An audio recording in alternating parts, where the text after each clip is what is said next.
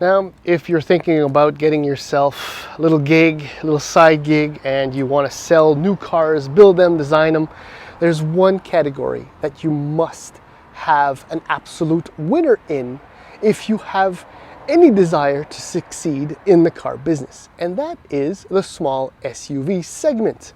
In fact, all small SUV segments, in fact, all SUV segments. But specifically, if you're looking for volume, compact, smaller, mid-size SUVs, that's the way to go. Now, when it comes to GM, they've been in that game for 35, I can't math. We've established that in the past.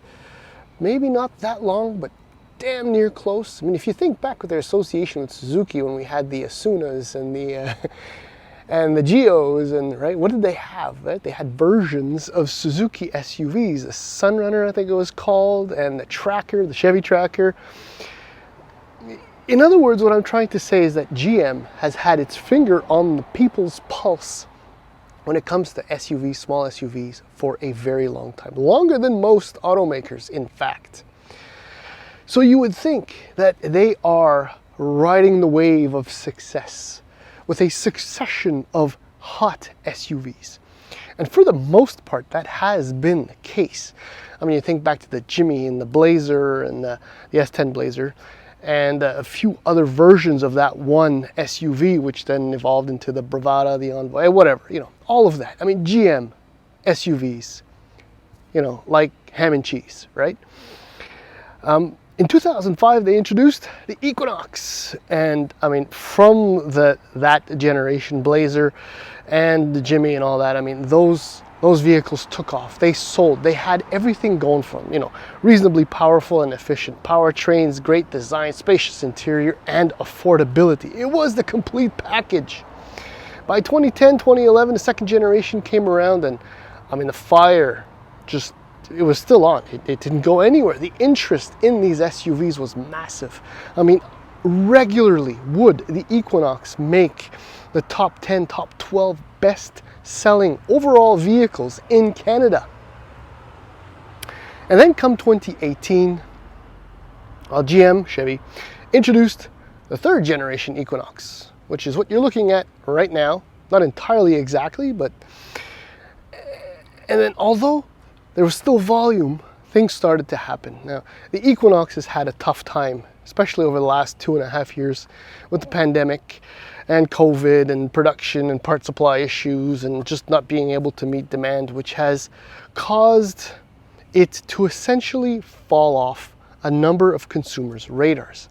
I mean, the segment in which the Equinox has competed for 17, 18 years now, includes the likes of the RAV4, the CR-V, the Tucson, the Sportage, the Escape, the Tiguan, and I'm skipping over a whole bunch of other ones because they're not coming to my mind right now. And something has happened to the Equinox. Not the Equinox, actually. I mean, it's still a very, very interesting alternative in the segment, but it's as though GM kind of said, we see we're losing ground, so we're gonna cut off or cut out a little bit of the fat in the vehicle. And that's just one thing that's going on with the Equinox, because, or with GM SUVs, in fact. I mean, if I can just quickly segue into, I recently drove a Blazer, a 2022 Blazer. And to summarize, it's a nice SUV, but it fits, or doesn't, in the white space between the Equinox and the Traverse. And here I am with this Equinox, and it's losing ground as well, sales-wise, of course. It must be a little bit worrisome over at GM to see what's going on with their SUVs, despite their efforts to still put a very good foot forward.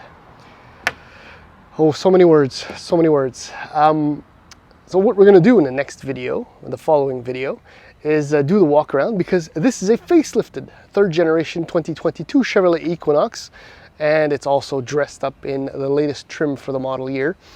And then we'll take it for a little spin, and I'll tell you a little bit more about how I really feel about this 2022 Chevrolet Equinox. Now, as I slowly walk towards this 2022 Equinox, it is a good time to mention that, as we know, the future of this SUV is all electric, as GM Chevrolet have already announced the 2024 Equinox EV. But in the meantime, this is what you're going to get if you shop online or go into a Chevy store for their large compact SUV. Now, as I said, for 2022, the SUV has been facelifted. The original, if you will, pre-facelift version, I mean, the grille was kind of bisected by some chrome, and it kind of looked a little bit odd, at least as far as I'm concerned. Now, this is what you call a very comprehensive and appreciable facelift. More or less the same thing has happened in the rear, where the bumper is revised and new front LED lights, forgot to mention that. But look, I mean, physically, the SUV is still very compelling, interesting, modern, contemporary. Oh, and there's the giveaway for the new trim, which is the introductory trim for the facelifted 2022 Equinox. Yes, the RS. I will tell you right now, there's nothing really RS about the RS except for the RS badge. Okay, so base price in the US for the Equinox, $25,900, $800, apologies. For the LS and the top trim Premier is $34,245. In Canada, impressively, but they're packaged differently, obviously, the base price for the LS is $26,498, and the Premier is $34,798. So as far as affordability, value, this SUV is among the most affordable and well equipped for the money. But there are some compromises and mild sacrifices that were done in order to achieve this, at least in my opinion. Now, standard equipment, you get a 7-inch touchscreen display, wireless Apple CarPlay, Android Auto, remote start, and a few other things. Now, if you step up to the RS, which is, if memory serves, one trim below the Premier, your starting price is $33,798, and you get these 19-inch wheels, which are black. Essentially, RS means blacked out everything. So the black Chevy logo on the front, which is always kind of cool. You know, a dark chrome trim finished grille, black window surrounds. And you also get some red stitching on the inside, leather or not, or cloth. Well, mine is leather because that's one of the options, RS leather package, plus the RS Plus package, not confusing at all. Which includes an 8-inch touchscreen display, sunroof. What you're looking at right here is an impressively well laid out, set up, packaged Equinox for only, and I do mean only, $38,600. Now, I'll tell you a little bit more about this, but for 2022, in fact, in 2021, in 2020 and 2021, GM essentially just removed all other engines in order to leave but one. So the standard for all is a 1.5 liter 4-cylinder engine, turbocharged, of course. So no more 2 liter, no more 1.6 diesel. That's it, just a 1.5. I think we've seen enough of the exterior. It's a handsome SUV. Okay, so one of the things, oh, come on. I can do this, yes. Okay, so one of the things about the Blazer and what I was saying, you know, the difference between the Blazer and the Equinox. So this opens up to 847 liters of trunk space, which is a very decent amount. Just as a comparison, because I have to, and it's my video, my Golf has about 860 liters of trunk volume. Now, when you compare to the Blazer, it offers 864 liters of trunk space. So there's no big advantage where that's concerned in the Blazer over the Equinox. But look, it's still very usable. Width-wise, it's very nice. You got the pouches.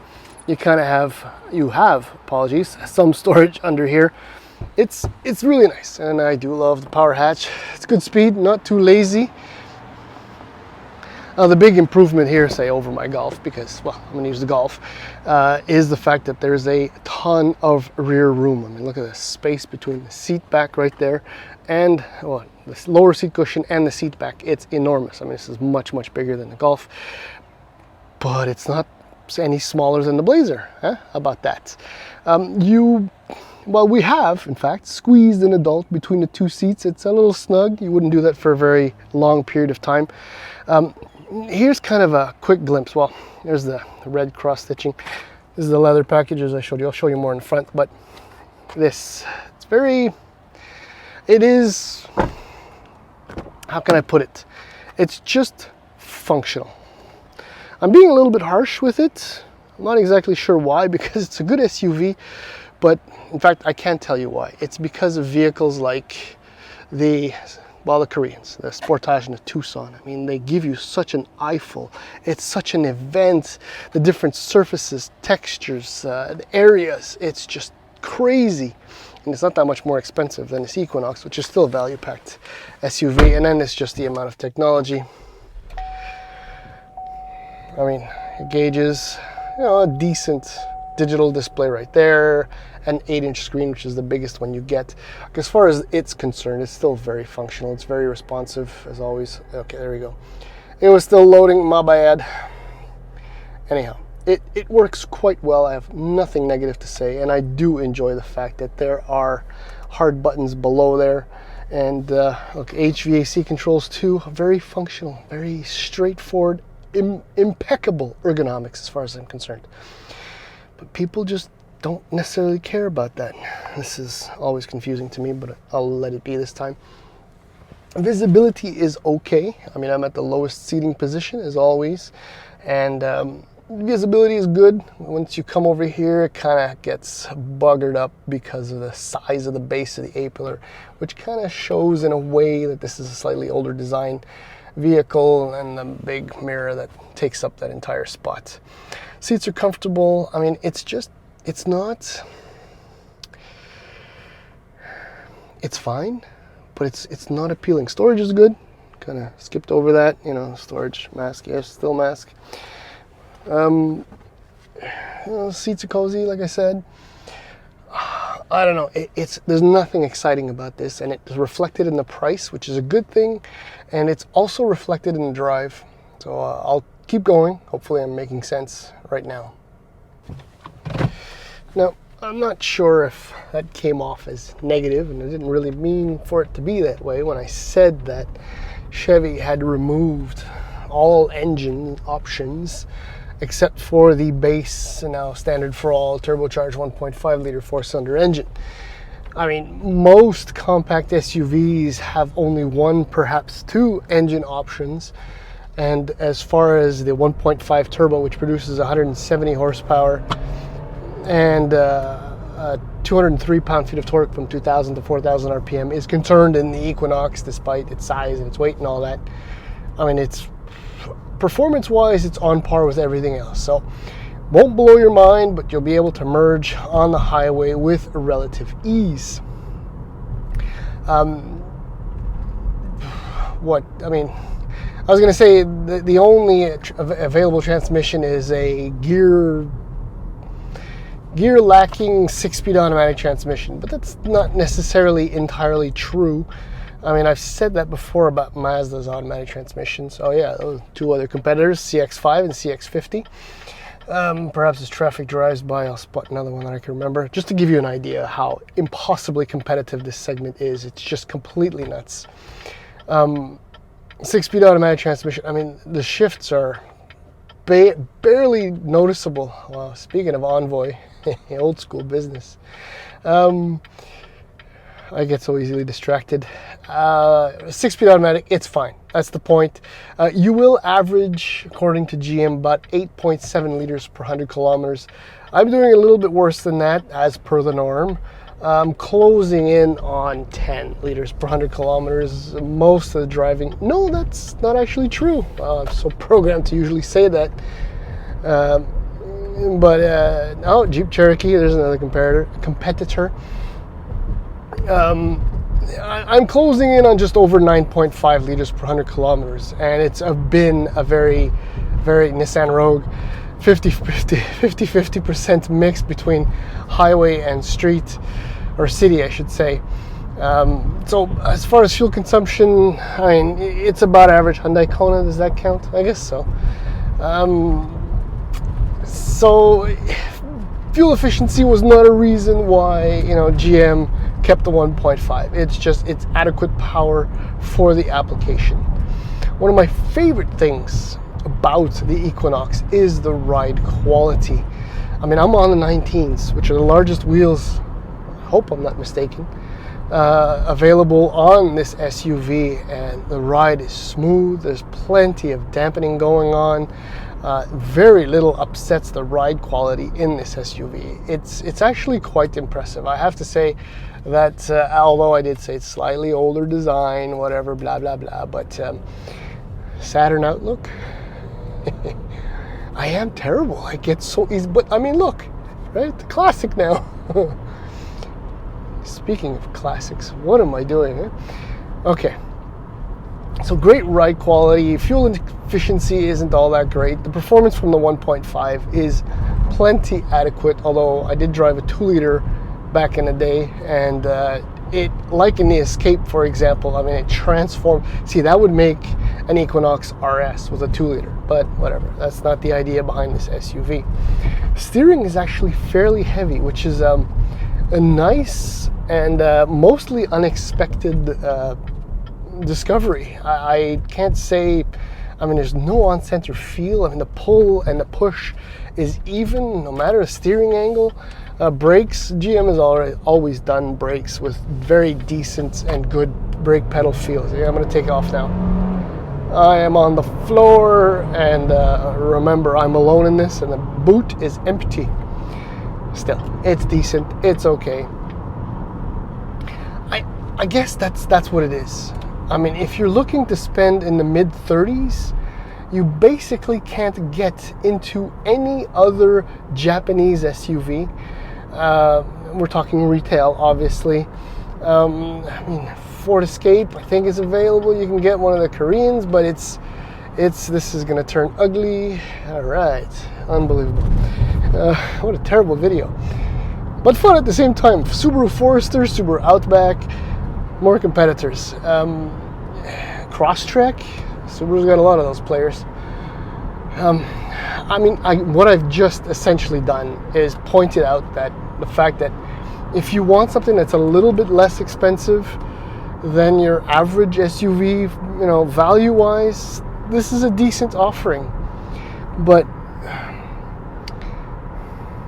you kind of get the impression that you're being cheated out of a 10-inch screen and a 12.3-inch digital IP and a whole bunch of other things that you could get in just about every other SUV currently available. But there's nothing wrong with this SUV. Fundamentally, there is nothing wrong with it. And like most Canadians, I mean, it doesn't make the top 10 list of best-selling SUVs anymore because the competition is so fierce. Again, CR-V, RAV4, and the Tucson, and so on and so forth. That's it.